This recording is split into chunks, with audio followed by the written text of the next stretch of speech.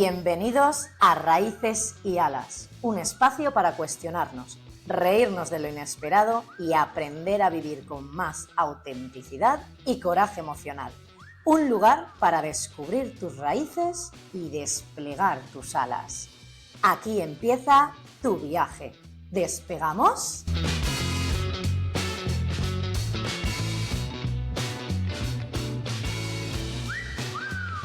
Hola, hola, raiceros, soy Lucía, café en mano, y hoy me hace especial ilusión compartir este momento con nuestra invitada. Ella sabe poner palabras a lo que sentimos, ayudarnos a entendernos y guiarnos con compasión hacia nosotros mismos. Hola Irene, ¿cómo estás? Hola Lucía, muy contenta de estar por acá. Gracias por la invitación. Gracias a ti por estar aquí con nosotros, porque como te he dicho fuera de micros, yo estoy muy emocionada de que te sientes con nosotros hoy. De verdad, gracias por compartir este espacio. Y quería comentarte que yo, en esta entrevista, no voy a ser la entrevistadora, voy a ser una oyente más. Aquí ya es tradicional, en Raíces y Alas, que nuestros invitados se presenten con sus propias palabras. Así que estoy deseosa de saber quién es Irene.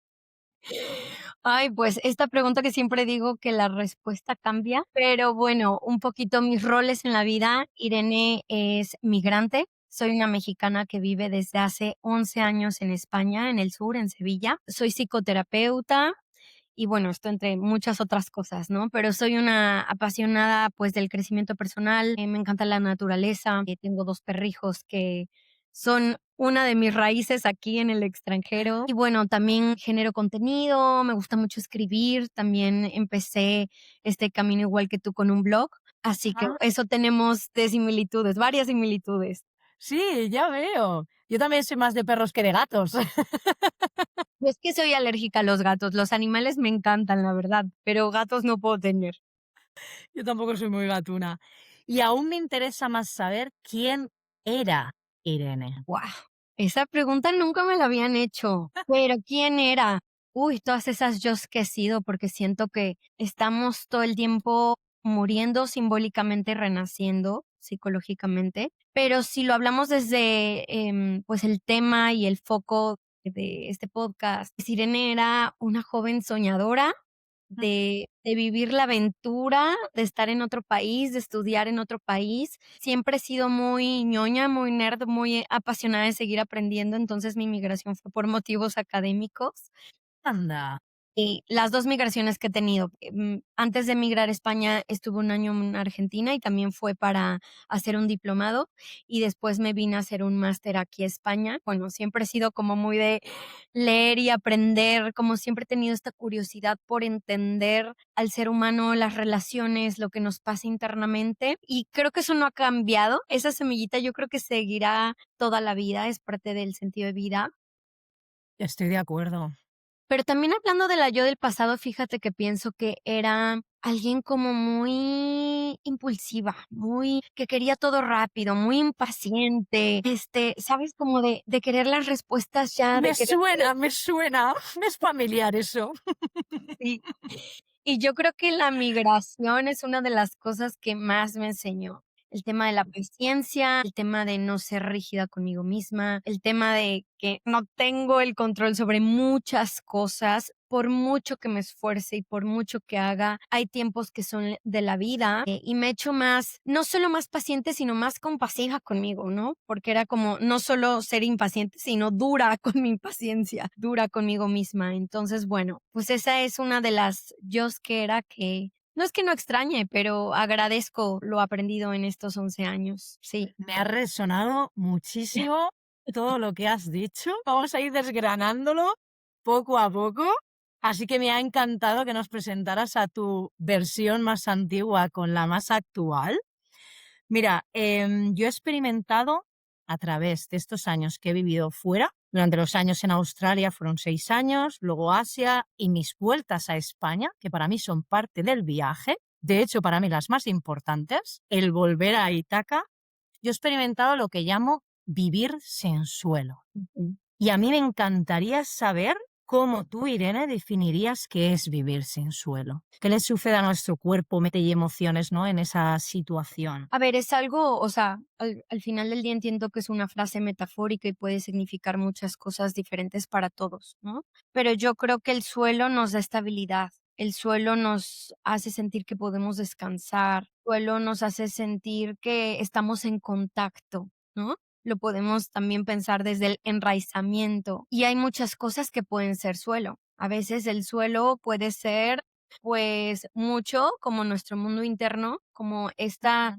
resiliencia, que por mucho que haya incertidumbre en la migración, en el movernos, en el soltar la vida que habíamos construido, Sí.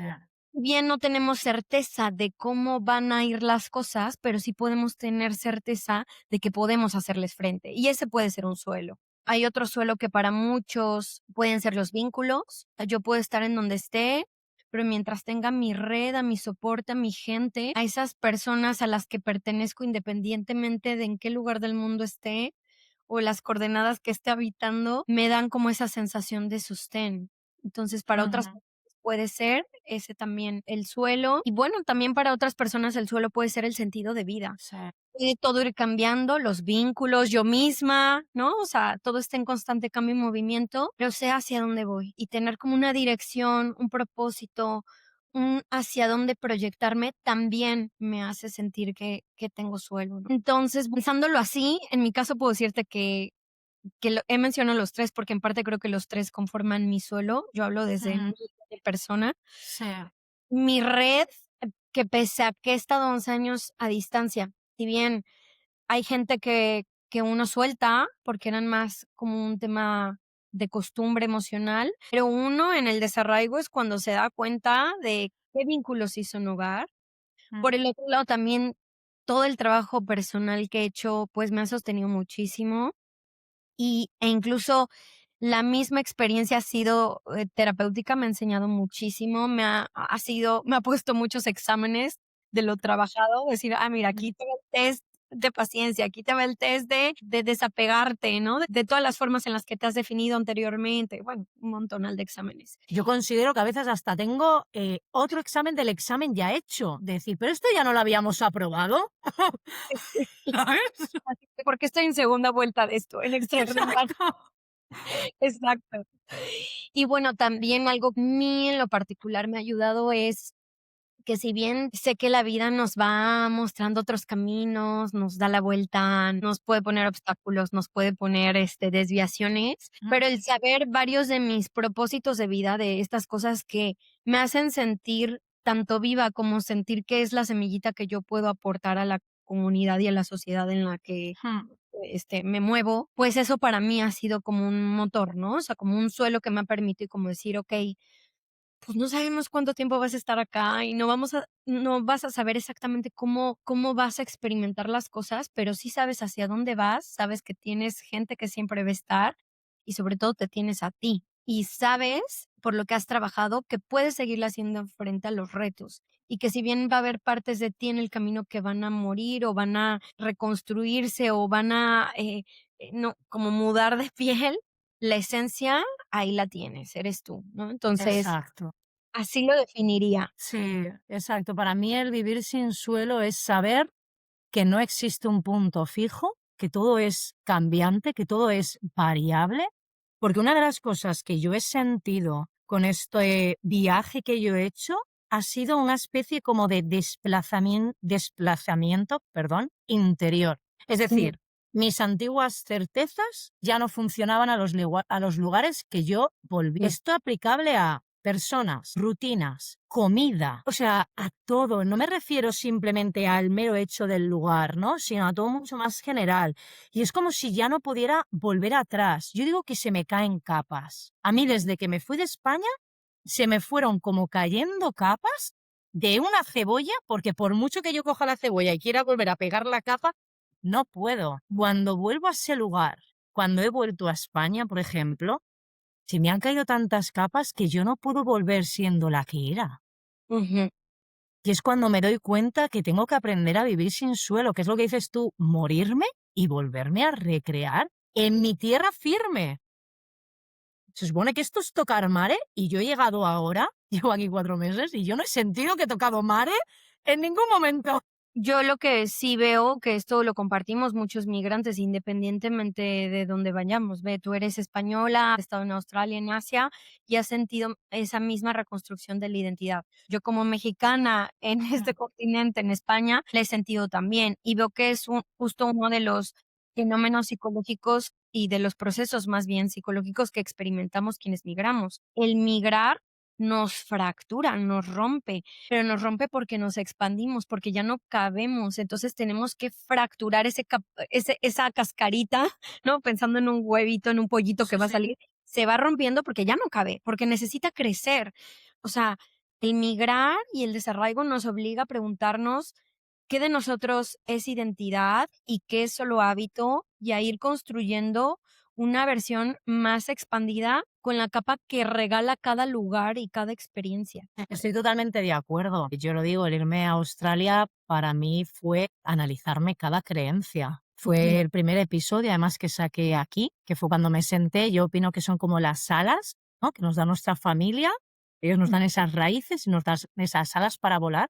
Pero yo me tuve que sentar y analizar pluma a pluma de dónde venían. Si yo quería seguir cargando con esa pluma o la tenía que soltar y que naciera otra porque esa ya no me pertenece. Y Claro. todo ese crecimiento, todo ese trabajo interior del que tú estabas hablando, sí, lo hice, lo hice al emigrar. Yo creo que alguien lo puede hacer que no hace falta dejar tu país para realmente hacerte estas preguntas que tú estás hablando. Creo que alguien lo puede hacer en un viaje largo o en un cambiarte de ciudad, simplemente, lo que sea, pero como coger una distancia, ¿no? Como de Ujú. tu red de Sí, protección. creo que toda situación vital que nos saque de nuestra zona de confort, que implique un cambio, sí, es cierto, la migración es una de estas experiencias que literal es arrancarnos totalmente de raíz y trasplantarnos en otro lugar, ¿no? Sí. Entonces, obviamente la sacudida ahí es mayor, no es que solamente migrando ya sea la única manera, ¿no? Como de cuestionar estas certezas culturales, familiares o afectivas que por mucho tiempo nos han sostenido, ¿no? Lo podemos hacer incluso simplemente en la misma rutina, pero yendo a terapia, ¿no? Buscando como o a través de una conversación, muchas veces una conversación con un extraño, con alguien fuera de nuestra vida, con alguien fuera de cómo vemos el mundo, nos puede permitir ese, ¿no? Como Ese clic. esa nueva idea que lleva otras ideas. Pero sí, definitivamente, irnos, pues, ahí es que todo entra a cuestionarse, ¿no? O sea, Jaque traemos mate. un guión, un libreto y es como, espérate, o sea, aquí se vive todo diferente. Y aquí creo que la idea no es sentir que tengo que suplir el libreto o el guión con el que crecí por el que me están dando en el país, sino crear mi propio guión con lo que me gusta, ¿no? De mi cultura, de mi país y de los lugares, las personas, las vivencias que van entrando a mi vida y que me van mostrando otras formas de ver la vida, de vivirme, de muchas cosas. Sí, lo que has dicho tú, el expandirse, ¿no? Porque hay mucha gente que, por ejemplo, compara hasta, o sea, hemos llegado a un punto de comparar hasta países. Claro, es que aquí la vida es mucho mejor que allá. Claro, es que en Asia más barato porque yo cuando viajo intento, una de mis mantras es no comparar, sino utilizarlo como para expandirme. Ujú. Yo, por ejemplo, acabé trabajando, yo fui a Australia sin hablar absolutamente nada de inglés, cero. Pero bueno, acabé la aventura trabajando en un colegio público como profesora. Y yo recuerdo que trabajaba aquí en España como profesora y compañeros me preguntaban, ¿dónde está mejor el sistema educativo? ¿Aquí o allí? ¿Dónde es mejor el...? Y yo le decía, mira, yo no sé cuál es mejor. Yo sé lo que a mí España me ha aportado y he aprendido y he cogido y lo he hecho mío. Y ahora he tenido la suerte de tener una oportunidad en Australia donde he cogido aquellas cosas que me han gustado del sistema educativo para hacerlas mías y tener double skills, o sea, doble habilidades, qué suerte la mía. Ujú. Pero no me he parado a comparar cuál era un mejor sistema, ¿no? Es lo que dices tú, he preferido como expandirme y tener más visión, que para mí eso es viajar cuando se te amplía, ¿no? Y puedes ver muchas más realidades. Sí, totalmente. Y lo que yo pienso, y lo empecé a pensar desde mí, es que la comparación es un mecanismo de defensa que muchos de nosotros utilizamos, sobre todo en la fase de duelo, como un mecanismo de defensa ante esa ruptura del yo. Es decir, si yo, mexicana, como me pasó a mí en España, empiezo a comparar y a decir que México es mejor, justifico el no cambiar, pero ese no cambiar me mantiene fuera, me mantiene en la incapacidad de integrarme, ¿no? Si yo, entre comillas, rechazo España comparándolo con las virtudes de México, me vendo a mí la idea de que no me vale la pena reconstruirme y me quedo en la comodidad de el seguir siendo yo, que en parte es imposible. ¡Guau! Así, ¡Qué bueno eso! Nunca lo había enfocado por ahí, es súper interesante. Tú te das motivos a ti mismo de por qué no cambiar. exacto, exacto. Y es quedarte en esa zona de confort, pero quedarte en esa zona de confort hace que nunca te reconstruyas en el país. Entonces, cuando yo pude empezar a integrarme de verdad, fue cuando dejé de comparar y me di cuenta que España jamás iba a ser México, ni en lo bueno ni en lo malo, ¿no? Y entonces empecé a no idealizar mi país, que México es brutal, pero también tiene cosas por las que evidentemente no estoy regresando, y aceptar lo que sí es España y también entender lo que no, pero no desde este rechazo constante, cotidiano de detesto este país, porque me sincero, así fue por un tiempo. Y ahí fue cuando dije, no puedo cambiar el país, tampoco quiero regresar, entonces, ¿qué queda? Cambiar yo, reconstruirme yo, que obviamente tiene partes desagradables, pero luego tiene partes muy enriquecedoras. Yo te quería preguntar, salir de la zona de confort genera miedo. Incluso no hace falta mudarse de país. Es decir, salir de cualquier zona de confort es decirle a mi suegra no me gustan tus lentejas. Porque si yo estoy acostumbrada a complacer y a siempre decir sí, a mí sostener un no es salirme de mi zona de confort. ¿Qué impacto tiene cuando una persona intenta salirse de la zona de confort, cuerpo y mente? ¿Cuál es el impacto para que la gente pueda identificarlo? Bueno, primero que nada pueden sentir resistencia, esto que hablábamos, ¿no? Después, pues puede dar mucho miedo y como al final del día me estoy enfrentando a una nueva versión de mí mismo que desconozco. O sea, estoy conociendo una nueva yo o un nuevo yo. Luego también hay gente que el salir de su zona de confort le genera culpa,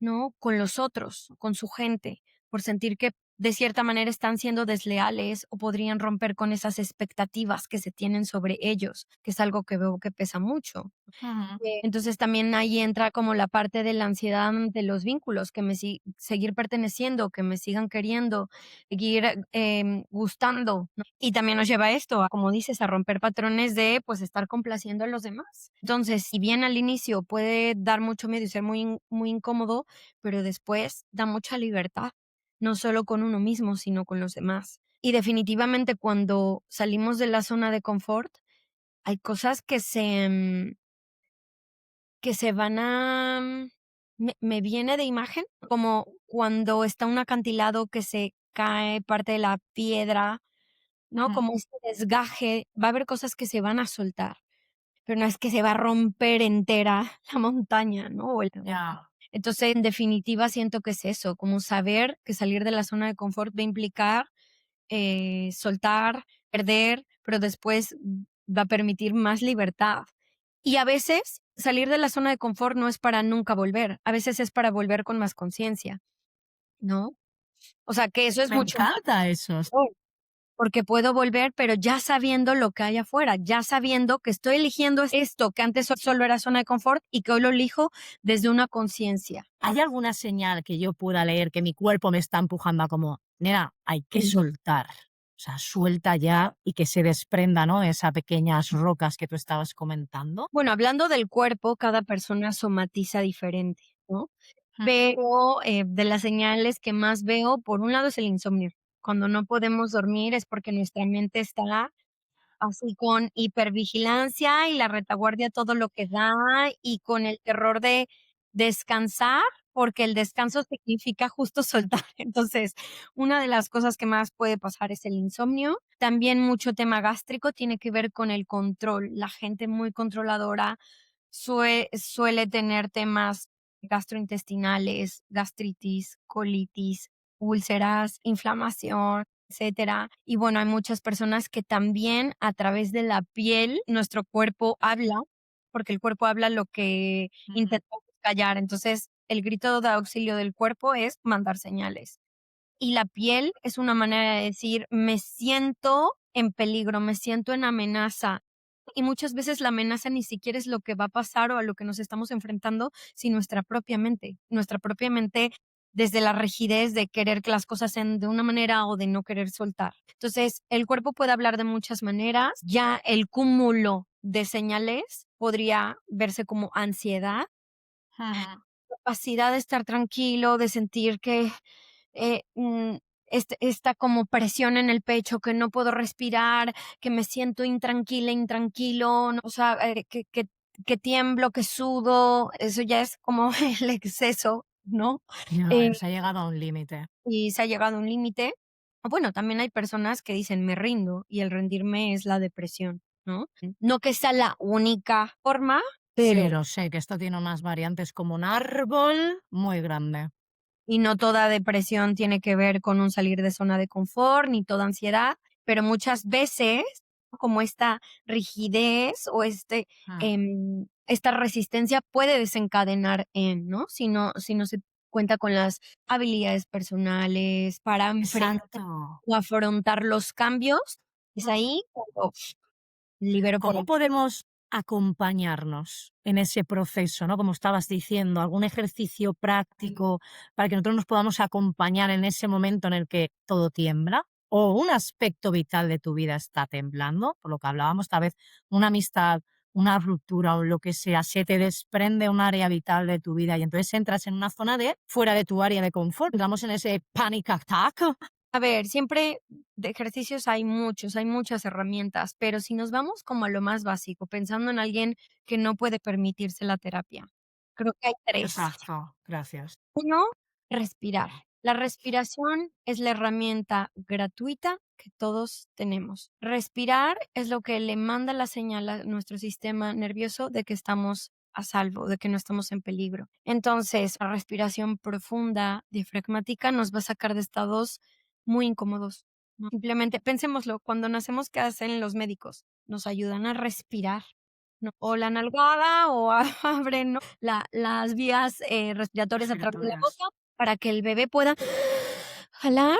Entonces, en la respiración, que después puede evolucionar a mindfulness, a meditación, podemos encontrar muchísimo alivio. Para mí fue un antes y un después en mi vida. Yo me tiré Totalmente, al suelo por desesperación. Yo fui la totalmente. del insomnio, como tú has dicho, insomnio muy fuerte, o sea, no podía dormir, todo me molestaba y harta ya, tiré un cojín al suelo, de esto hará 4 años, que es que casi ni se escuchaba esto, tiré un cojín al suelo y yo es que ni respiré, yo no sabía lo que hacía, yo solo dije, ¿quieres pensar? Vamos a pensar. Y me senté así, como diciendo, comienza. Como de todo el pensamiento no me dejas dormir en la cama, pues voy a darte tu espacio. Y así empecé, ¿eh? O Sí, sea, 5 minutos, no hacía sí. más. O simplemente, o sea, como el libro de hábitos atómicos que me gusta mucho, o sea, Muy hay mucha grande, gente lo he que dice, leído. debería de meditar media hora. Eso no es sostenible para nadie, para nadie, pero hace diferencia. O sea, el día que logras los 30 minutos bien, el día que duras 1 hora bien, el día que te vas a un retiro bien, pero también bien el día que hiciste 10 respiraciones profundas y conscientes y tu cuerpo regresó a un estado mucho más óptimo. O siempre también a la gente que acompaño, oye, no tienes tiempo. De repente cuando te caches, simplemente haz 3 respiraciones. Para 3 segundos y haz 3 respiraciones. Y eso es mejor que nada, porque no solo es respirar, sino estar presente en el aquí y en el ahora, siendo consciente de que estoy vivo, viva, ¿no? Y que hay muchas cosas que no están en mi control, pero que estoy aquí sosteniéndome, ¿no? Que Sí, sigo vivo. eso Eso ya es por un lado. suficiente. Por el otro lado, otra herramienta que a mí me ha ayudado muchísimo y que utilizo mucho en el tipo de acompañamiento que hago es la escritura. La escritura acomoda, ordena, reja, desahoga. Cuando yo escribo, es como sacar todo lo que está hecho bola dentro de mí e hilarlo y darle sentido y poder verlo con más claridad. Claro que confronta escribir, pero también ordena. Entonces, hacer journaling 5 minutos al día o tener una libretita de desahogo así chiquitita. Yo tengo muchas libretas, soy de libretas, pero ¡Qué Tiny pequeñita! habits are not so tiny secrets. Y entonces la puedes llevar en la bolsa o en las notas del celular. O sea, realmente no hay lugar correcto o incorrecto, sino más bien es darle salida y sacar una frase o incluso una palabra clave de cómo me siento, ¿no? Puede hacer la diferencia a seguirle dando vueltas. Sí, sí, Entonces, bueno, yo eso también es la muy inicié. útil, muy, muy útil. El journaling, Sí. la poda neuronal, que la poda neuronal es escribir y romper, deshacerte de lo que no es útil, ¿no? Y por el otro lado, sí pienso que como seres humanos, el vínculo, yo como terapeuta sistémica, que los sistémicos trabajamos en los vínculos, nos enfocamos desde el apego, las heridas, como la importancia de los vínculos. Entonces, ahogarme, hablar, buscar gente, conectar con gente, buscar gente que sintonice con lo que estoy viviendo o simplemente a distancia con mi familia, porque muchas veces queremos cuidarles y por cuidarles Nos descuidamos. perdamos. Pero es injusto porque tampoco les estamos dando la oportunidad de que estén. Se nos olvida que les estamos quitando la posibilidad de que estén para nosotros. Desde el tiempo de las cavernas, ¿cómo nos sentíamos seguros? Uniéndonos, agrupándonos, haciendo comunidad. Entonces, esto es muy importante, preservar la comunidad a distancia, que ahora los migrantes ahora lo tenemos más fácil con las Ya te redes. digo, admiración máxima a la gente que emigraba hace años. Yo lo decía, ¿eh?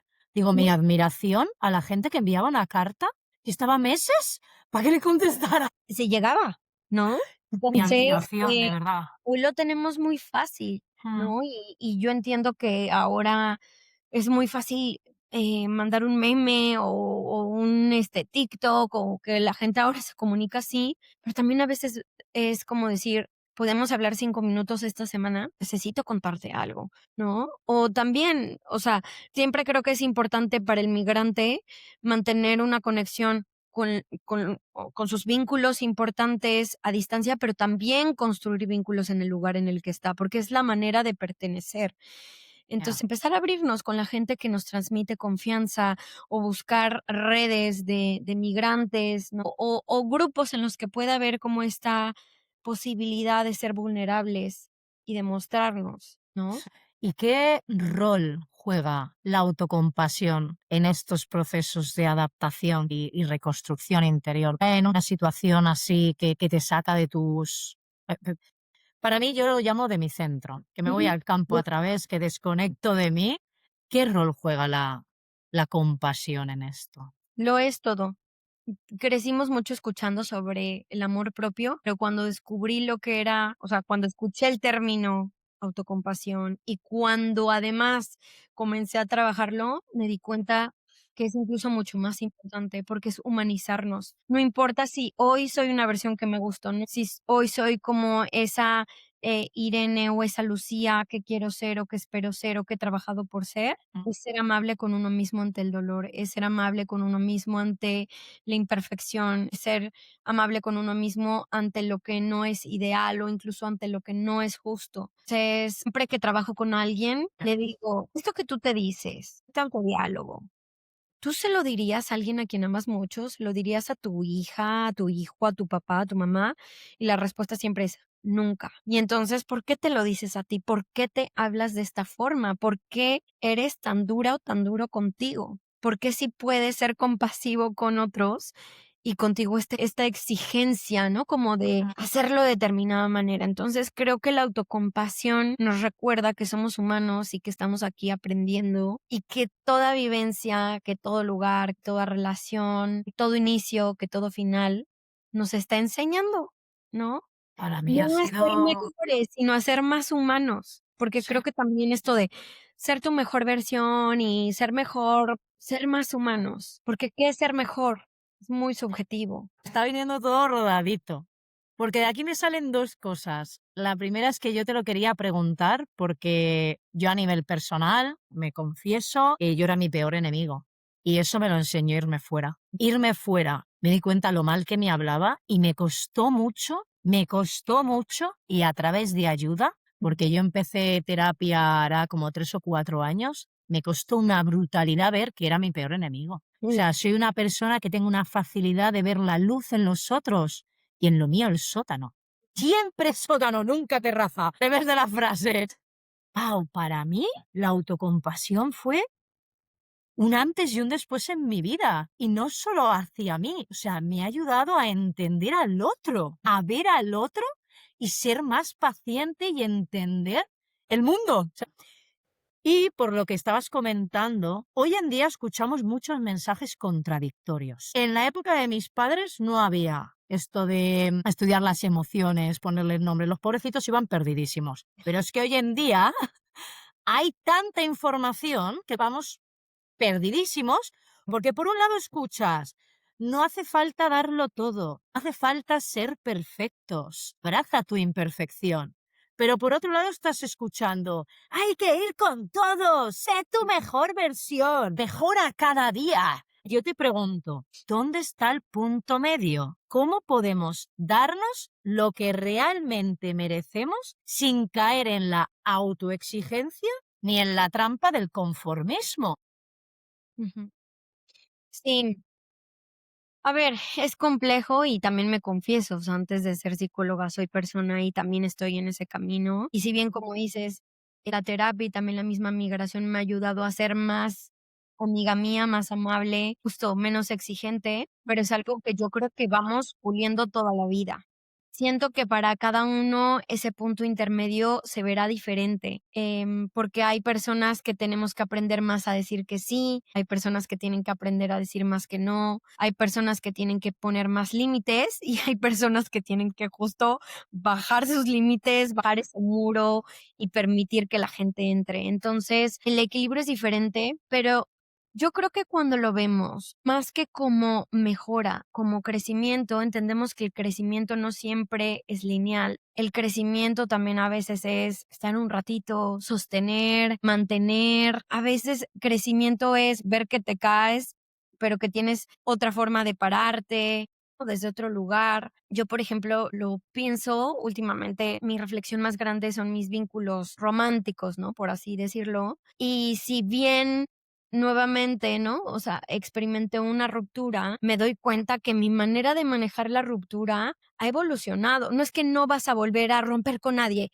¿no? O sea, que ser mejor es que nunca más vas a volver a tocar el sufrimiento, lo incómodo, los finales, no. Simplemente los vas a atravesar desde un mejor lugar. Y yo me veo que cada vez los atravieso desde un mejor lugar, sobre todo conmigo hacia mí, o sea, como de mayor amabilidad, de menos culpa,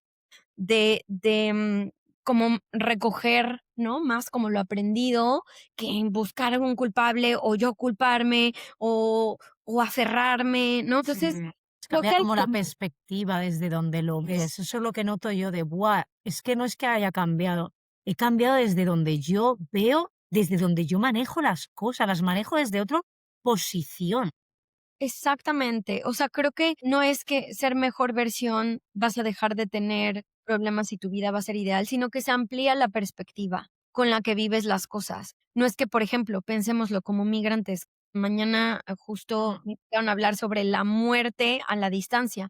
No es que nos va a dejar de doler, pero yo creo que el crecimiento personal nos ayuda a ver la muerte desde un lugar diferente. Nos ayuda también a vivir en el presente siendo conscientes de la muerte. Mucho tiene que ver con cómo utilizamos el aquí y el ahora. Yo creo que el crecimiento es dejar de ver hacia y cuando tenga y cuando sea, no, hoy con lo que tengo y con lo que soy, agradezco que hoy amanecí y agradezco que hoy pude dar un paseo en el parque con mis perros y que hoy estoy teniendo esta entrevista que a mí también me mueve y me recuerda cosas y que hoy a través de esto podemos tocar la vida tal vez de 3 personas, Ay, sí. y que al rato tengo 2 personas que acompañar y que eso me llena, y que en la noche ceno con un amigo. Pero eso es hoy. Y bueno, si llego en la noche, que sí, espero que sí. Sí. Pero yo creo que es eso también, o sea, el crecimiento y ese equilibrio, ese intermedio, nos ayuda a dejar de estar como hacia el pasado que ya no podemos cambiar, como lamentando o anhelando lo que fue, o hacia ese futuro que ni sabemos cómo va a ser, intentando controlarlo o temiéndole o solamente ilusionados de que seremos felices en ese momento. Creo que justo ese intermedio está en apreciar quién soy hoy, apreciar la vida hoy y sí, reconocer en qué puedo crecer, en dónde está mi área de crecimiento. no verlo como un defecto o como un déficit, sino como un área a desarrollar, que ahí entra Una lo del diálogo. transición. Sí, exacto, el diálogo, ¿no? Acabas de decir. Yo tengo una pregunta que a mí me vuelve loca. Yo llamo a mi cabeza Bruno, o sea, todos mis oyentes lo saben, le llamo Brunito y a mi corazón le llamo Patatita. Bueno, sabemos que nuestra manera de ver el mundo, nuestras creencias y pensamientos vienen de nuestras experiencias, ¿no? A través de nuestras experiencias tenemos una experiencia, un sentimiento, un pensamiento, creencia. Por eso a veces, Brunito la cabeza nos dice cosas para protegernos. Aquí era lo que tú estabas diciendo, el diálogo que yo me digo cuando tengo esa situación delante, sea otra ruptura. Bruno empieza, vamos a sufrir otra vez. Viene la ruptura porque ha tenido una experiencia, se ha creado ese sentimiento, estoy rota, y entonces la cabeza me quiere proteger porque tiene una creencia. Claro, pero muchas veces la cabeza nos está protegiendo de cosas que ya no. ¿Cómo podemos romper esos patrones? ¿Cómo elegir? ¿Cómo poder disociar cuando nos está hablando la cabeza o el corazón? Porque claro, yo quiero elegir con libertad y quiero elegir desde lo que siento, pero a veces la cabeza me está protegiendo y para mí la cabeza a veces hace como el GPT, que te lee entre líneas, sabe lo que quieres escuchar para sentirte bien, cojo la información que los sentimientos me dijeron y te lo tiro y te hago todos los escenarios. No, recuerda que si haces esto te va a pasar esto. Entonces te es muy difícil cuando estás en esa lavadora discernir si esa voz te viene. ¿Realmente siento que quiero volver con esta persona? ¿O realmente esto viene de un pensamiento porque tiene miedo de la soledad? Me estoy inventando para que poder bajarla al suelo y que la gente me siga porque me parece un poco ambiguo. ¿Te he transmitido el mensaje? A ver, es cierto que no es algo como, o sea, siempre me gusta hacer Sota, el caballo y rey. sí, exacto. O sea, no hay como paso A, B, C o una pastillita. Yo creo que el como yo lo trabajo con la gente que acompaño es, por un lado, revisar qué de esta narrativa, qué de esto que me estoy diciendo es mío realmente, qué viene de lo que he escuchado cuando era pequeña, qué viene de estas expectativas sociales de mi cultura, qué viene de las opiniones de los demás, que ahí la ventaja cuando migramos es que justo como que tomamos distancia de ese ruido exterior y eso nos permite como preguntarnos realmente yo qué pienso, qué quiero. Eso por un lado, o sea, como analizar qué es mío y qué es de otros. Por el otro lado, siempre digo que em, somos como una computadora. Nos metieron, nos programaron de chiquitos, nos fueron programando, metieron códigos, ¿no? La gente que es IT lo puede entender muy bien. Pero, ¿qué pasa? O sea, si yo no reconfiguro o renuevo con códigos que sean más útiles y funcionales a la versión que soy hoy, porque tal vez ese código ni siquiera es que venga de una herida o que sea catastrófico o disfuncional, simplemente ya no está, ya no va acorde, ya se puede modernizar, ya puede ser más funcional, más práctico, más fácil con la yo de ahora o con la nueva vida que tengo ahora. Entonces ahí entra como esto de decir que tanto estas configuraciones o estos códigos o estas narrativas están vigentes con quien soy hoy o que tanto tengo que desecharlas y reescribir nuevas, ¿no? Y por el otro lado, también mucho hay que irse a lo práctico. Nuestro cerebro no debate, es muy automático. O sea, todo el tiempo nuestro cerebro está interpretando todo. Ahora estoy interpretando la imagen que veo de ti, del otro lado de la pantalla, la luz, la planta, todo lo que está a mi alrededor. O sea, el cerebro está constantemente como interpretando estos estímulos. Y entonces pararnos y decir, a ver, ¿qué tan real es esto? ¿De qué otra manera puedo pensarlo? ¿Qué evidencia tengo? ¿Qué tan probable? ¿Esto va acorde a mí? O sea, empezar a debatir nuestra propia mente, que al final del día el debatir es reflexionar, ¿no? De una manera más sencilla, nos va a permitir reconocer pues esta narrativa que sí sintoniza y está alineada con esta parte más, digámoslo como del alma, de la esencia, del yo esto que se siente como verdad, como mi verdad. Y eso es un proceso que lleva años, que es profundo, al cual yo invito y que es muy bonito, pero que no es Es muy sencillo. bonito. O No, sea, no no es es. sencillo. Por ejemplo, Y es doloroso, ¿eh? Es muy doloroso. doloroso. Es doloroso verte porque te vas dando cuenta de que al final de la historia tú has sido el que te has cavado tu propia fosa. Y es Ujú, duro ver que al final es que lo elegí yo. ujú, ujú, ujú. Para mí ha Sí, sido duro. puede ser con muchas cosas y muchos temas.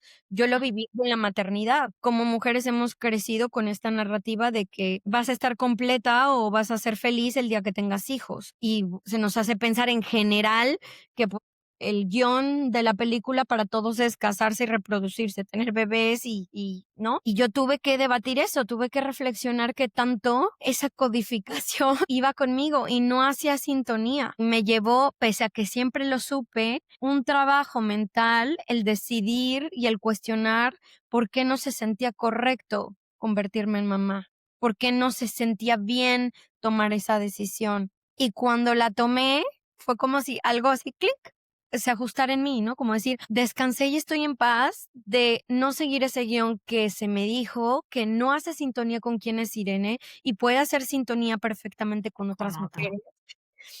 Y hacer las paces con que eso seguramente iba a desilusionar a mucha gente a mi alrededor, pero que a mí me hacía sentido.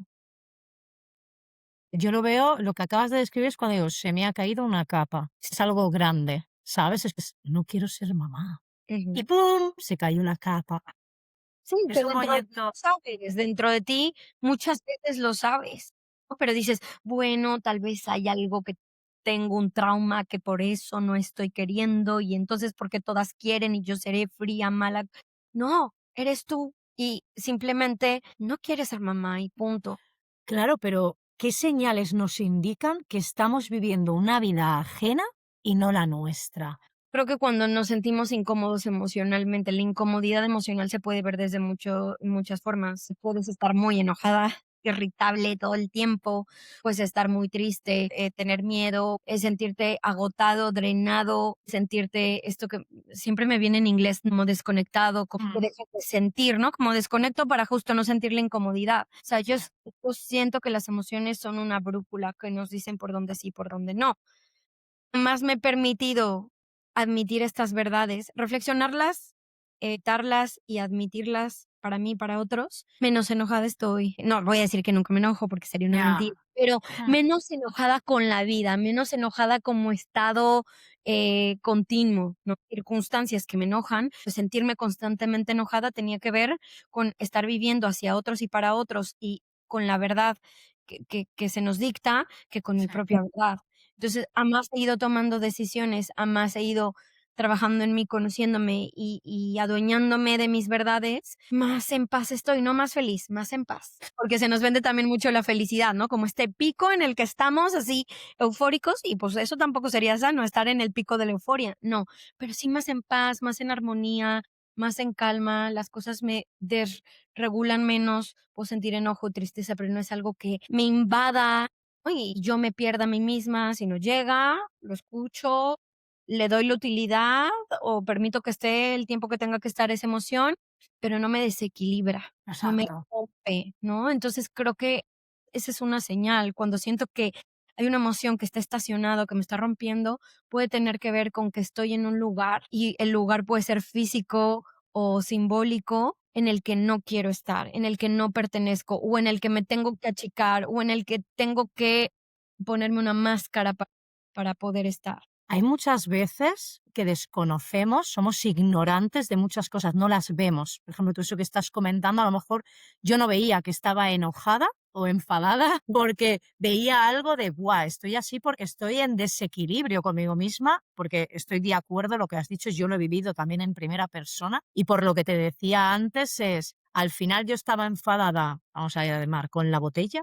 Yo estaba enfadada con la botella por una situación que me estaba quejando constantemente cuando yo no estaba haciendo nada por cambiarla, pero le Ujú. estaba echando la culpa a la botella, ¿no? Ver eso es doloroso, o sea, darte cuenta que tú estabas enfadada y te estabas quejando por algo que tú podías evitar, pero no lo estabas haciendo porque detrás había un miedo. Pero yo de eso no era consciente.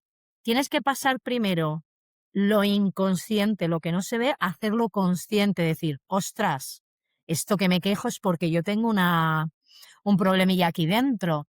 Claro, ¿cómo puedes primero pasar de lo inconsciente a lo consciente y una vez consciente poner ese límite a esa persona con las expectativas que los otros tienen de nosotros, que al final por eso nos vamos a metiendo en cajas. Yo he notado al irme fuera que se han ido de cajas donde no sabía que estaba. Yo pensaba que era libre. Llega a Australia diciendo, yo soy la más liberal de España. Y dije, yo tengo de liberal, vamos, lo que tengo de guapa. Me di cuenta que era una mente cerrada, una mente rígida. Yo estaba metida en millones de cajas. Y ojo, que seguiré en ello, pero como tú dices, yo sigo en proceso intentando romper cajas, no me quiero etiquetar. ¿Cómo llegamos aquí? Es el autoconocimiento, ¿no? O sea, creo que la inteligencia emocional, el paso final es cuando logro compartirla, pero el primer paso es reconocer lo que estoy sintiendo, escuchar qué me dice lo que estoy sintiendo. O sea, toda emoción tiene una utilidad.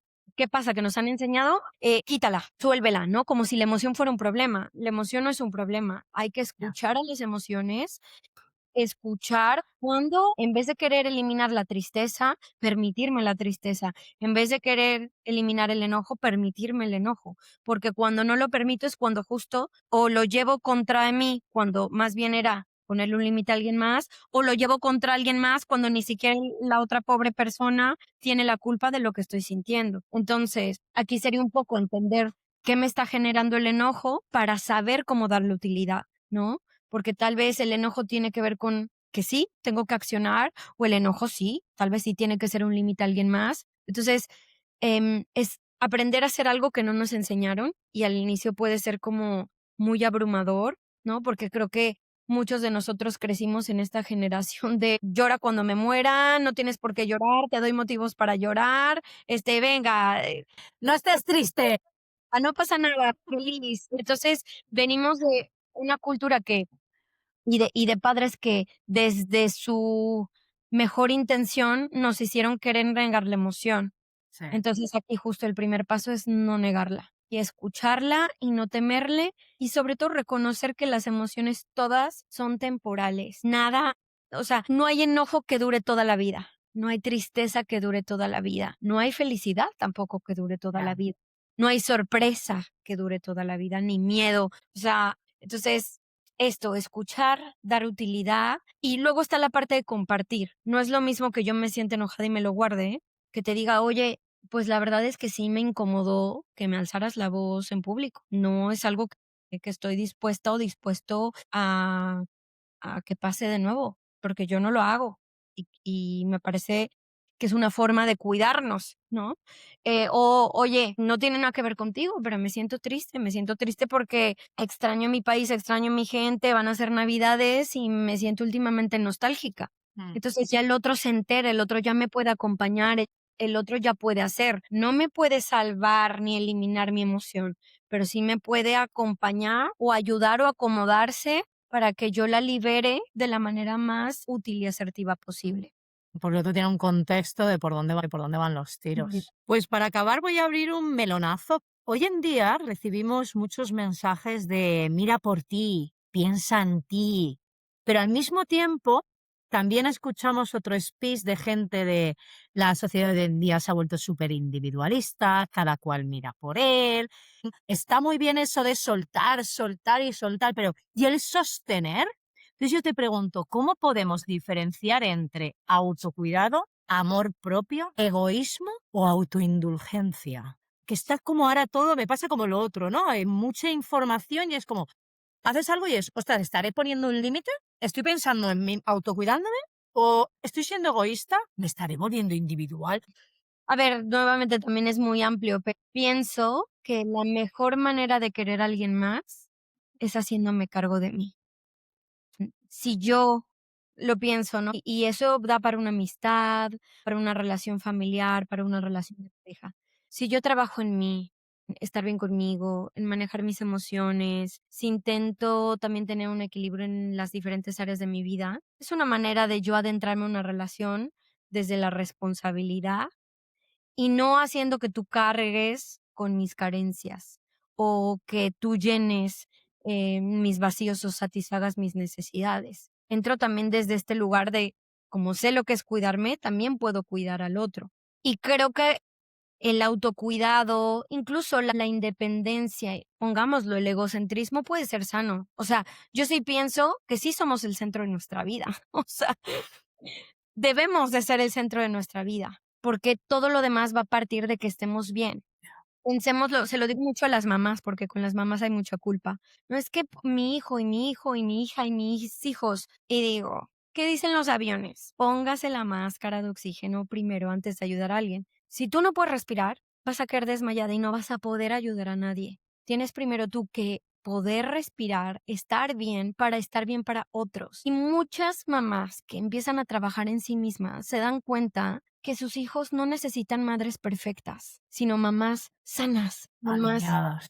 felices. Y yo creo que no solo aplica para la relación madre-hijo, aplica para todo. Estoy de acuerdo. Nuestra pareja no necesita una pareja perfecta, necesita alguien en armonía, en equilibrio, estable, en su centro, como decías. Nuestra familia también. Entonces creo que es pensar en el autocuidado como un acto de amor y de adentrarnos a los vínculos desde un mejor lugar, ya llenos. Porque ya llenos podemos dar, podemos compartir lo que somos, podemos compartir lo que hemos construido, podemos compartir la vida que hemos elaborado. Y si entramos dos personas completas, llenas, no perfectas, pero sí lugar de autocuidado, imagínate lo rico que se convierte ese vínculo.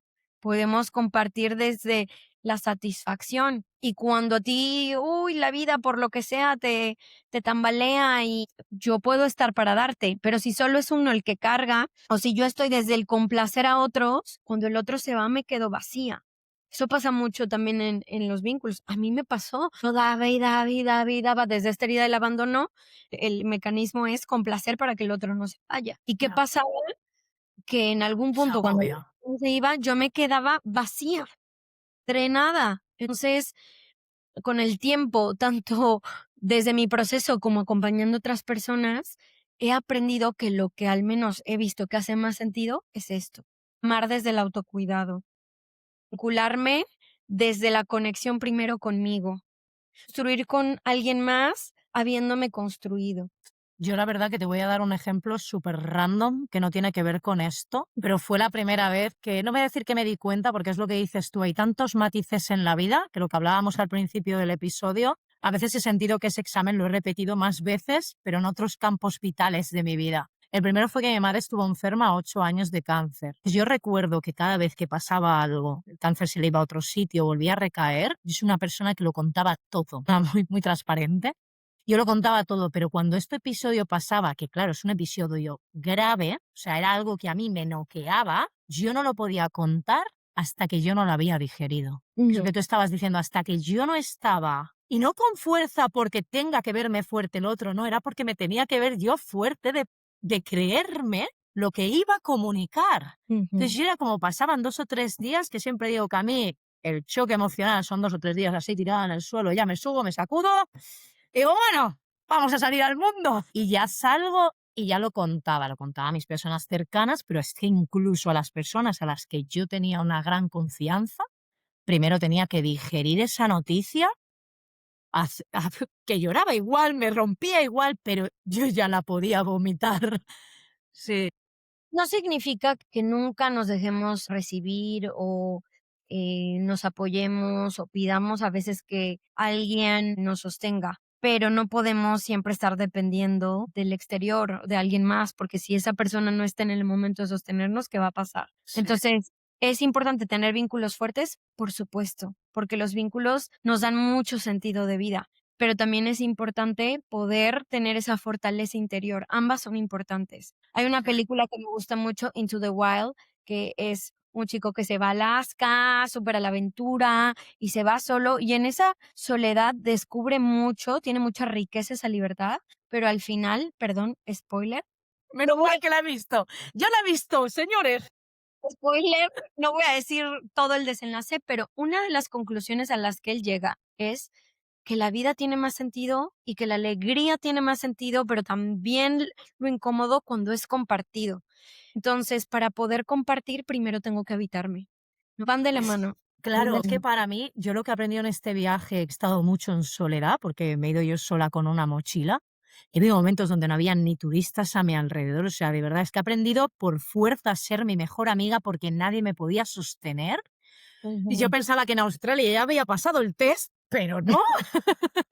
Necesitas conocerte para poder elegir quién quieres acompañarte. Ujú. Sí, Necesitas habitarte tú en todas las facetas, en las más oscuras.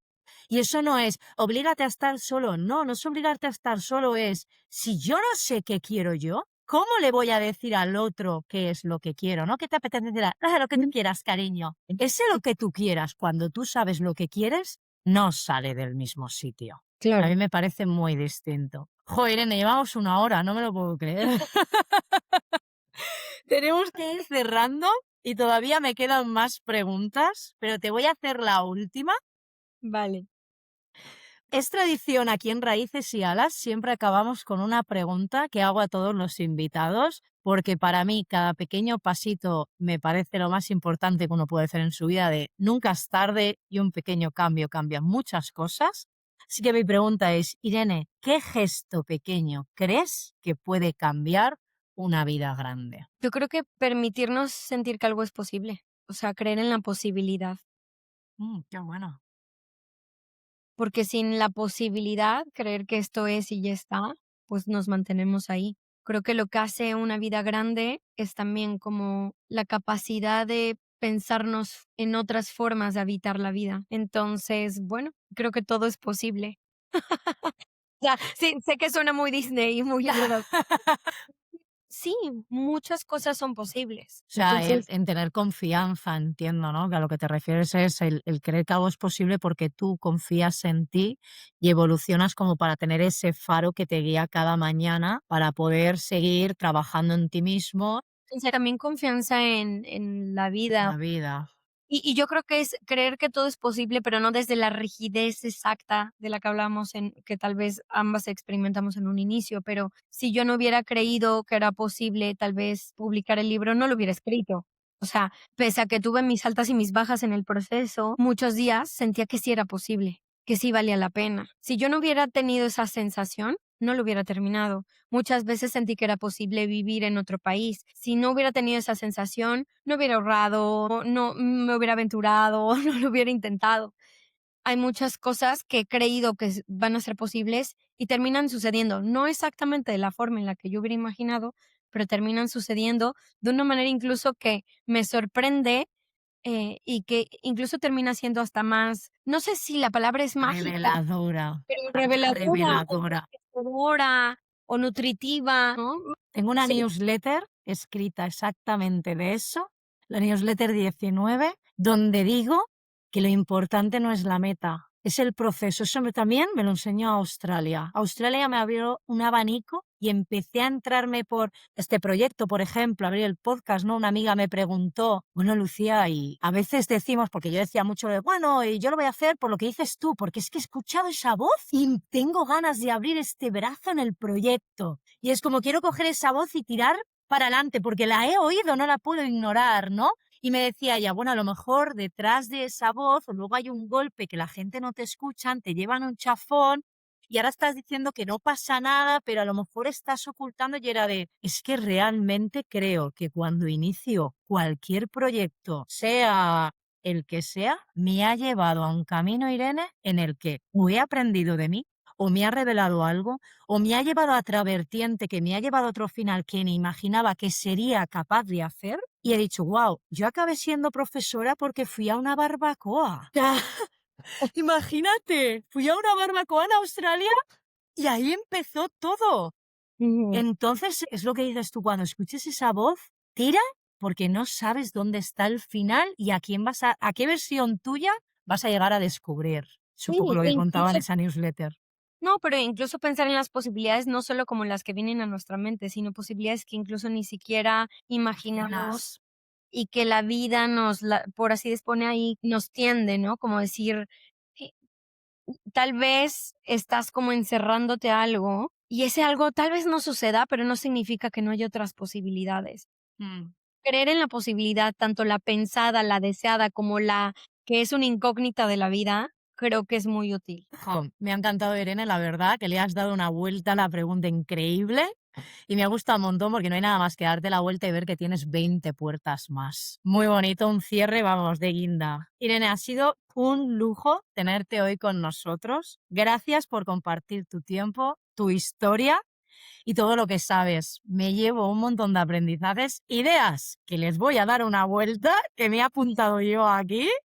Y sobre todo que me has llenado una cajita, como digo yo, de herramientas para mi SOS con nuevos recursos. Así que mil gracias por hacerlo todo a través de tu mirada. Y a vosotros, raiceros, ¿qué os ha resonado más de este episodio? ¿Alguna idea, frase o reflexión que os llevéis a casa? Recordad que podéis contárnoslo en los comentarios, nos encanta leerlos y seguir charlando con vosotros. Irene, ahora cuéntanos, ¿dónde podemos encontrarte para seguir profundizando contigo? Muchísimas gracias por la invitación. También disfruté mucho este episodio. Pues estoy en redes sociales tengo 3 cuentas, Mentes en Equilibrio, que es la principal, Amar Sanamente, que está solamente a parejas, y Psicología para el Corazón, que es una escuela para parejas que estamos construyendo. Así que por ahí me pueden encontrar y será un gusto seguir Sí, raiceros, os lo dejaré todo en la descripción del episodio para que podáis encontrar a Irene y contactar con ella. Y sobre todo, si os ha gustado el episodio, recordad compartirlo por redes, por WhatsApp, recordad suscribiros y activar la campanita para no perderos el próximo episodio. Y como siempre, raiceros, vuestra participación es lo que hace que este proyecto siga creciendo. Así que aquí nos quedamos nosotros esperando saber qué os ha parecido. Gracias por estar con nosotros. Hasta la próxima. Muchas gracias, Irene. Gracias por todo. Gracias, hasta luego.